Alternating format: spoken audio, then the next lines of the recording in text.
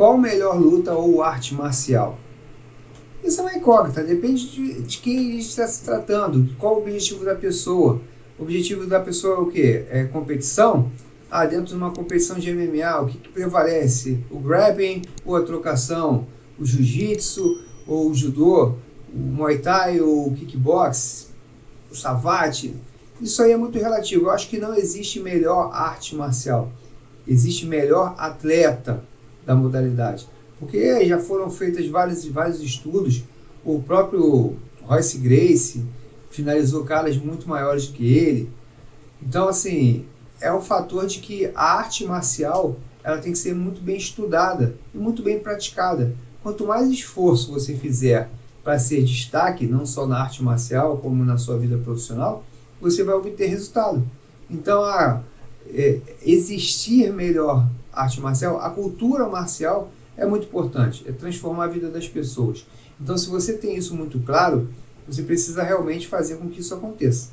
Okay? Então, eu sou formado em lutas de trocação, né? A minha vida foi sempre luta em pé, seja no Muay Thai, seja no boxe, no kickbox, no savate, agora no beatbox. Então, assim, eu sempre gostei de trabalhar luta em pé, né? luta de trocação. Eu nunca gostei de grappling, luta agarrada. Talvez por ter braços grandes, perna grande, isso aí facilita o distanciamento do meu oponente. E aí eu sempre usava a técnica para trabalhar a distância, muita distância, velocidade, movimentação boa. Isso aí facilitava a minha vida, então eu escolhi seguir esse caminho. Quando eu falo assim, seja especialista, eu sou especialista na parte de luta em pé. Okay? Então, eu fiz 5 artes marciais, sou formado em 5 artes marciais, 5 lutas. Basicamente, não é porque eu sei de tudo. O meu foco é a luta em pé. Então, dentro de todas essas lutas que eu fui formado, eu tenho um foco, como trabalhar a luta em pé. Então, cada um tem uma sua característica. Okay? Então, no meu ponto de vista, a melhor arte marcial é que você gostar, que você se adaptar, é que vai te dar mais resultado. Não concordo com essa geração Nutella que não aguenta uma taparia. Taparia é um termo usado quando, depois dos treinos, tipo, no jiu-jitsu fazia muito isso, dar tapa de mão aberta, né? Fazia meio que um vale tudo. Essa geração Nutella de qual se trata não é bem focado dentro de uma normalidade. É que antigamente tínhamos um rigor maior, né? As coisas eram mais tensas, né? Porque o aluno que entrava para uma arte marcial, ou ele ia ser competidor, ou ele ia ser um faixa preta. Então era muito isso. E de 40 alunos que passavam na mão de um professor, 3, 4 conseguiam o objetivo de competir, ou de competir até muitos competiam, né? Mas seguir a carreira de competição ou ser um faixa preta. Porque realmente era muito doloroso, era algo, era um clima até meio que hostil, existia muita agressividade, a comunicação não era uma comunicação suave. Então, tinha exatamente uma certa rispidez na vida dos professores. Então, esse não concordar com a geração Nutella é realmente uma mentalidade old school. Essa mentalidade old school hoje está fora do mercado de trabalho. Se você não concorda com essa nova forma de sistema de trabalho, você está fora do mercado de trabalho. Porque quando a gente tem uma evolução, quando a gente tem uma transformação, a gente deve acompanhar. Se eu não concordo com isso, eu não concordo, tudo bem, é uma opinião sua, mas se você viver naquele mundo lá de trás, de 15, 20 anos atrás, você não vai estar realmente tendo uma turma cheia. O seu comportamento vai gerar insatisfação para o seu aluno.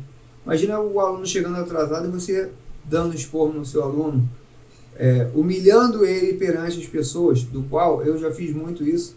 Vários professores old school já fizeram muito isso, de corredor polonês, fachada, taparia, 3 contra 1, 4 contra 1.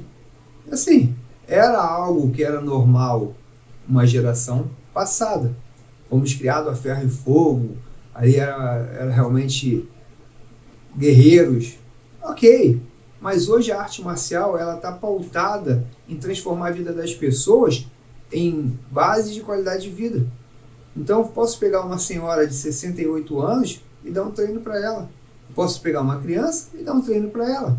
Eu posso fazer com que essa transformação seja eficaz na vida das pessoas. Isso que a geração old school tem que entender, que as coisas mudaram. E não tem mercado para a geração old school. É um mercado muito pequeno. Então, quer trabalhar na geração old school? Não seja professor, seja treinador. Busque treinar atletas, porque o treinador foca em atletas, o professor foca em alunos. Então, se você é um treinador e gosta realmente dessa geração old school, o caminho é esse, porque também você não pode tratar um atleta de forma como se você trata um aluno. São duas coisas distintas. Então, essa geração que hoje, na visão do old school, né, da galera old school, é uma geração Nutella, eu não concordo com isso, é uma geração diferente, é uma geração que busca qualidade de vida. E se muitos anos atrás já tivesse esse tipo de geração, as artes marciais estariam muito mais avançadas. Então, tem que realmente, já existe e tem que ter uma conscientização desses professores da antiga em foco à melhoria contínua das pessoas. Quanto tempo dura para ser um professor de excelência? Ser um professor já é algo que eu posso dizer divino, né? Desde que tenha história, né? Tem muitos professores hoje que aparecem do nada e, surpreendentemente, a gente acha, quem é esse cara? De onde que ele surgiu?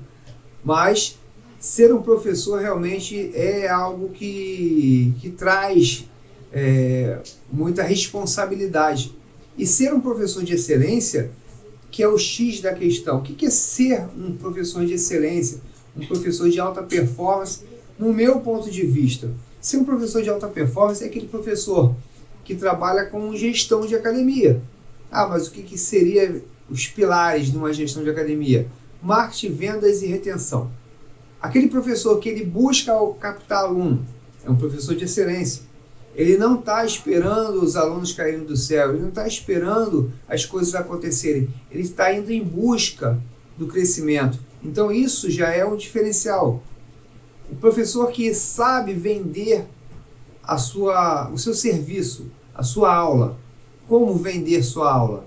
Ele mostra que aquela modalidade é capaz de mudar a vida de uma pessoa, transformar. Isso aí é muito importante. O professor ele tem que realmente entender a importância da arte marcial na vida das pessoas. Então isso é um fator de vendas, né? Ele vai convencer, ele vai quebrar a objeção, ele vai atrair. Então tudo isso aí é fator vendas. Retenção. O professor de excelência, o professor de alta performance, ele sabe como reter seus alunos, como manter seus alunos dentro da academia. Isso é um diferencial, porque normalmente, errado, existe uma rotatividade de aluno. Isso é normal acontecer, mas é errado. Não tem que ter rotatividade de aluno. O aluno ele tem que perdurar na academia por muito tempo. E o professor de alta performance, ele tem essa responsabilidade também. Não é um cara que fica arrastando corrente, que fica ali sentado, dá aula cansado, começa a aula já cansado, já não tem paciência com seus alunos, está ali de manhã, tarde à noite, não aguenta mais. Cara, se você não quer, se você não gosta mais de dar aula, procura outra coisa. Agora, não queime as artes marciais, porque isso acontece demais. Quando um professor ele é visto com baixa performance, fala assim, olha o profissional que é. E olha a importância que tem dentro do mercado de trabalho um cara que veste uma camisa de professor e faz as coisas de qualquer jeito. Fala assim, é essa pessoa que eu vim aqui na academia que vai transformar a minha vida? Não vai transformar a minha vida. Essa é a postura de um profissional. Aí isso gera um resultado negativo para a academia. Porque se a academia ela deixar com que professores de baixa performance se mantenham e se manter é a oportunidade. Porque quando é identificado um professor que está performando de forma ruim, o gestor, o gerente, o coordenador, o líder direto desse professor precisa comunicá-lo. Não diretamente ou indiretamente, mas precisa falar assim, cara, algo tem que ser mudado na sua vida, cara. Do jeito que está, não dá. Ou coisa desse tipo. A zona de conforto, por exemplo, não te faz evoluir. Então tem pessoas que estão muito tempo no seu cargo, acaba relaxando.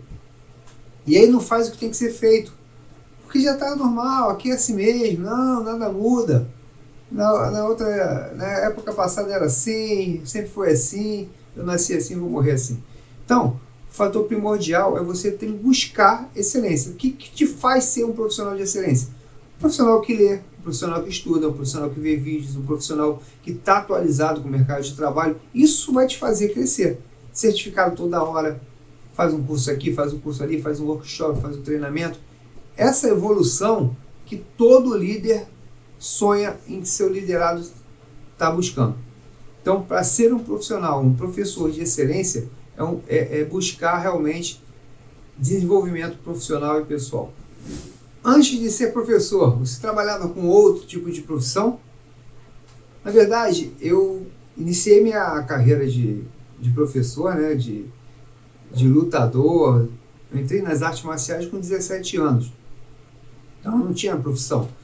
Eu comecei a treinar no intuito de ser um faixa preta. Então, já estava pré-determinado o que eu queria. Então, dentro dessa trajetória, quando eu me formei, eu comecei a dar aula, tive a oportunidade de conhecer outro tipo de profissão, né? Fui desenhista de AutoCAD. Então, nas horas vagas, eu fazia o curso e dava aula paralelamente. Teve um momento que eu firmei na engenharia e comecei a trabalhar como desenhista, projetista de AutoCAD, na parte de instrumentação. E fiquei nesse ramo durante 10 anos. Uma experiência formidável em algumas empresas, até multinacionais. E, diante disso, teve um momento de bifurcação. É muito engraçado, né, que tinha... Quem nunca, né, nenhum professor já ouviu, se você dá aula, você trabalha também. Como se dar aula não fosse trabalho, né? Já aconteceu várias vezes isso comigo. Mas eu trabalhava paralelamente, né, dentro da engenharia. Só que teve um momento na minha vida que teve uma bifurcação. E a pergunta foi que, por que eu escolhi a luta? Por que eu escolhi ser professor? Porque a transformação da vida das pessoas, para mim, é muito importante. É muito interessante. Então, quando eu estou aqui gravando um vídeo para um professor, mostrando para ele que o melhor caminho a seguir é esse ou aquele outro, não é porque eu acho, é porque aconteceu comigo, é porque eu estou estudando em prol o mercado de trabalho, eu sei o que o cliente quer e estou buscando cada vez mais inserir e passar isso para você, por exemplo, que de repente tem algum tipo de dúvida e pode ser esclarecido num desses vídeos. Então, quando a gente passa as informações, a gente tem que ter um propósito. Então, meu propósito realmente é mentorear professores. Isso é um dos meus... Eu trabalho com gerência de academia, eu sou gestor de uma academia, então não vivo só de mentorias com professores de lutas e artes marciais. Então, o fator primordial disso tudo é que na vida você vai ter algumas bifurcações que você vai ter que escolher se vai para um lado ou se você vai para o outro. E quando eu tive essa bifurcação, eu larguei a engenharia para viver do que eu amo. Só que há cerca de 8 anos atrás eu me formei coach. Isso nem era a febre que é hoje de coach. Foi uma das primeiras formações de coach. Em 8 anos atrás era a Sociedade Brasileira de Coach, no qual fui formado, e fui me especializando. E o coach, ele fez realmente minha mente abrir de uma forma sensacional. E aí fui me tornando personal coach, profissional coach, hoje tem business coach pela Febracis. E aí a mente foi ampliando e nós fomos desenvolvendo o processo. Só que a escolha entre ir para a parte da engenharia ou ir para a parte da luta foi uma escolha de muita cautela Porque eu vi a possibilidade de crescer dentro das lutas e artes marciais. E eu vejo ainda um crescimento muito forte dentro desse mercado. Então, se você hoje é professor de lutas e artes marciais, você não vai viver dando aula a vida toda, de repente não. Mas você pode ser um gestor, você pode ser um professor, você pode ser um coordenador, você pode ser o que você quiser dentro das lutas e artes marciais. É claro que competidor tem os limites, né? A idade, a disposição, mas gerenciar, fazer com que a arte marcial seja algo palpável para você, rentativo, com certeza você terá esse sucesso e viverá com prazer do jeito que eu vivo hoje. Conciliar a vida de atleta e professor é algo favorável? Na minha época era mais fácil, porque eu treinava e dava aula com os meus alunos. Então eu tinha meus alunos, na época de competição, eles competiam também, 95% dos meus alunos eram competidores, então era mais fácil, né, eu treinar, um treinamento mais pesado, né, e não ter que machucar nenhum aluno. É claro que contato é iminente, né, a gente vai treinar para busca de objetivos, conquistar, e não era nada fácil.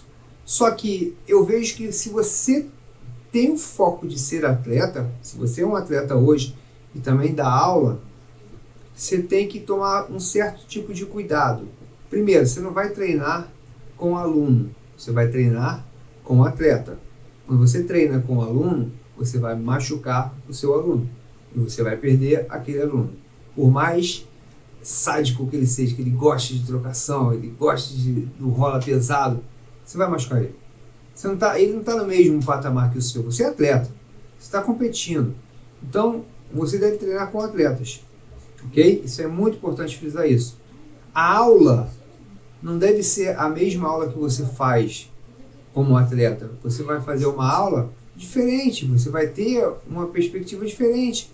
Então, o foco hoje de ser um atleta pode atrapalhar no seu desenvolvimento como professor. Pode, não seja que seja uma regra de fato, não.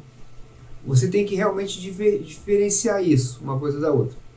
Porque normalmente tem o camp dura 3 meses para a preparação de uma luta, e esses 3 meses gera muita concentração e foco para o atleta. Então, certamente, os alunos eles vão sentir isso. Por mais que o aluno seja fã do professor, meu mestre vai lutar e coisas desse tipo, e vibra e torce, mas ele quer resultado. E resultado para ele, não do professor. Então, você que é atleta e dá aula, tem que tomar muito cuidado com a falta de atenção dos seus alunos. Um conselho, tenha um 02 de excelência, porque na sua ausência, ele vai suprir a necessidade. Mas dê bastante credibilidade a ele. Treine ele como se fosse você mesmo, para que seja um bom professor. Isso vai gerar mais tranquilidade na sua ausência. Ok? Então, acho que é bem por aí. Alunos que gostam de ficar na resenha durante a aula. Realmente é uma situação complicada. Mas qual é a estratégia que eu fazia na época que eu dava aula? Quando tinha um aluno, normalmente a aluna, ela gosta mais de conversar, isso é a tendência da mulher, falar mais do que o homem, né? Mas quando existe isso dentro da nossa academia, começa a fazer um trabalho de dupla. Só que coloca essa pessoa que gosta de conversar com uma pessoa introvertida. Vai ajudar a pessoa introvertida e vai diminuir a força da fala dessa pessoa que gosta de falar muito. Porque o que acontece é que a pessoa ela tem essa necessidade de treinar e falar, e está treinando e está conversando sobre outro assunto. Isso foge de foco, foge completamente o foco. Foge, não pode ser feito dessa forma. Então, você está ali dentro, você tem que treinar, você tem que ter foco para o treinamento. O resultado irá vir diante do treinamento. Existia uma aluna minha, do qual eu dava aula de 7 às 8 de boxe e de 8 às 9 de Muay Thai. E essa aluna, ela sutilmente veio questionar que não estava obtendo um resultado que ela gostaria. Eu tinha uma turma de 45 alunos no Muay Thai. e 25 no boxe. Era realmente eram duas turmas muito cheias. E essa aluna era aluna do Muay Thai. E ela falou: mestre, eu posso treinar meia hora de boxe antes do Muay Thai? Aquilo ali me gerou uma insatisfação, né? Porque ela confrontou, discretamente ela falou que a minha aula de Muay Thai não era suficiente para ela precisava fazer algo mais. Mas a culpa foi totalmente minha, porque eu sabia que ela era uma aluna que conversava muito. Ela não fazia a aula do jeito que deveria ser feito. E logo, ela não vai ter o resultado que deverá acontecer normalmente com os outros alunos. Então, ali foi um start na minha vida que eu falei assim, caramba, eu tive que aprender isso. Então, o que eu fiz com ela? Eu falei assim, vamos fazer o seguinte, foi uma estratégia muito rápida e momentânea ali, que me facilitou bastante.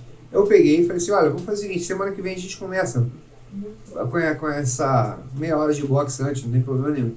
Então eu conversei com o meu 02, né, porque a turma era muito cheia, eu tinha o 02, e falei assim, olha, fica no pé da fulana. E eu e ele, nós demos a aula focado nela.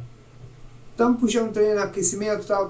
Quando ela ia parar, ela dava um toquezinho, não para não, vamos lá, continua. E falava com todo mundo, mostrava todo mundo, blá, blá, blá. Quando ela ia meter a mão na corda, não para não, vamos lá. Quando ela ia descansar, não para. Quando ela ia conversar com alguém, a gente trocava duplo. Deu 20 minutos de treino, ela falou que não estava se sentindo bem. E eu falei assim, eu já sabia, porque ela estava treinando. Naquele dia ela treinou. Aí falou, vai lá dar uma hidratada, depois você volta. Com 40 minutos ela pediu para sair da turma. Pediu para sair, não estava aguentando. E aí eu falei, tudo bem, eu entendi exatamente que ela estava ali treinando daquela forma. Ela pegou, eu liberei ela saiu, foi embora na quarta-feira da mesma forma, treinamento em cima dela, pesado. Ela não conseguiu fazer a aula toda, 40 minutos pediu para sair. E na sexta-feira eu dei o checkmate. Falei, segunda-feira a gente começa, né? Falei assim, não estou passando muito bem durante essa semana, não sei o que aconteceu, mas eu vou me manter somente no Muay Thai por enquanto. Ok. Aí você vê o X da questão. Eu tinha uma aluna, sabia qual era o problema dela e não fazia nada para que ela mudasse. Então, quando a gente tem um aluno que conversa muito, esse aluno certamente não vai alcançar seus objetivos. E ainda vai atrapalhar o alcance de objetivo de outras pessoas, do qual ele está conversando, ou ela está conversando. Então, o fator primordial é você ter uma disciplina dentro da sua sala de aula e não deixar com que isso aconteça. Pega e troca a dupla, troca de exercício, faz isso, foca essa pessoa, tira ela daquele lugar e bota em outro lugar. Mobiliza tudo para que as aulas sejam feitas de forma com eficácia. Então, eu tive que errar, ou seja, eu tive que escutar que minha aula não estava tendo o resultado para que eu pudesse mudar a estratégia. Então, a partir daquele momento, eu mudei o comportamento diante dos meus alunos. Eu comecei a observar todos. Eu já observava. Eu já sabia quem era quem. Mas eu comecei a cobrar mais daqueles que faziam corpo mole, que conversavam, que realmente... Porque se o meu objetivo sempre foi atingir o objetivo dos meus alunos, né? Então eu sempre falava isso. Meu objetivo é fazer com que os objetivos dos meus alunos sejam alcançados. Cara, eu estava vendo que aquele objetivo ali nunca ia ser alcançado. E aí tem professor que fala assim, mas é problema dela. Se ela não quer fazer, não vai ver resultado. Não, o problema não é dela, o problema é nosso, professor. O problema é meu. Porque se ela não alcançar o objetivo, o que vai acontecer? Ela vai sair da fiz a academia lá, com o mestre Warner há 2 anos e nada mudou. O problema é meu ou dela? É meu. Se eu não oferecer resultado para ela, ela tem mais que sair. Com até menos tempo. Precisa durar tanto tempo assim. Então, fica a dica. Entenda que o seu aluno precisa ser acompanhado. E se ele está conversando muito na sala de aula, faça com que ele entenda assim, olha, lembra do objetivo dele. Vai lá, se for a dor, se for amor, vai lá e lembra do objetivo dele. Se você continuar nessa postura, seu objetivo não vai ser alcançado. E é isso que a gente precisa mostrar exatamente essa mudança, essa transformação na vida dos nossos alunos. Tem um aluno que gosta de bater nos outros. Isso está gerando um certo conflito, constrangimento e clima hostil dentro da turma. Bato nele, ou converso com ele, ou tiro ele da turma. Se fosse na geração old school, ele iria entrar na linha recebendo uma surra. Isso era fato. O cara que gosta de bater, ele tem que gostar de apanhar. Então, pelo menos é a linha de raciocínio old school. Você gosta de bater. Ok, então vai passar por um processo de primeiro apanhar. Só que hoje, na nossa geração, esse tipo de pessoa está fora do nosso escopo. Não deve ter um atleta ou uma pessoa que gosta. E é interessante que, quando a gente visualiza esse tipo de aluno, é aquele cara que gosta de bater em pessoas que não têm condições. Né? Então bate na pessoa mais fraca, pessoa menos técnica, na pessoa que não tem uma boa desenvoltura, e acaba gerando mal-estar. Isso certamente é uma laranja podre na sua sala de aula. Isso vai tirar alunos demais da sua academia. Então é muito mais ético e profissional você chamar ele e mostrar que ali o foco é outro, e não deixar, tipo, a hora de, eu gosto de sparring. Faz com você. Mas eu não estou treinando, eu estou cansado. Busque uma alternativa para que esse rapaz problemático, ele entenda que aquela sala de aula ali não é campo de batalha e nem centro de treinamento de alta performance para atleta. Se ele quer competir, coloque ele na turma de competidores, de atletas, e não misture uma coisa com outra. Isso vai te fazer ter muita evasão. Alunos vão sair da academia pelo foco dele. Entendeu? Então, assim, ninguém quer sair na porrada lá com os nossos professores, com os nossos alunos. Não, cara, o cara veio ali para outro objetivo. Então, não deixe com que isso aconteça. Não vai ter que bater no cara, mas bote ele numa aula que tem atletas. Aí vamos ver se ele vai realmente querer trocar pancada do jeito que ele gosta com alunos normais.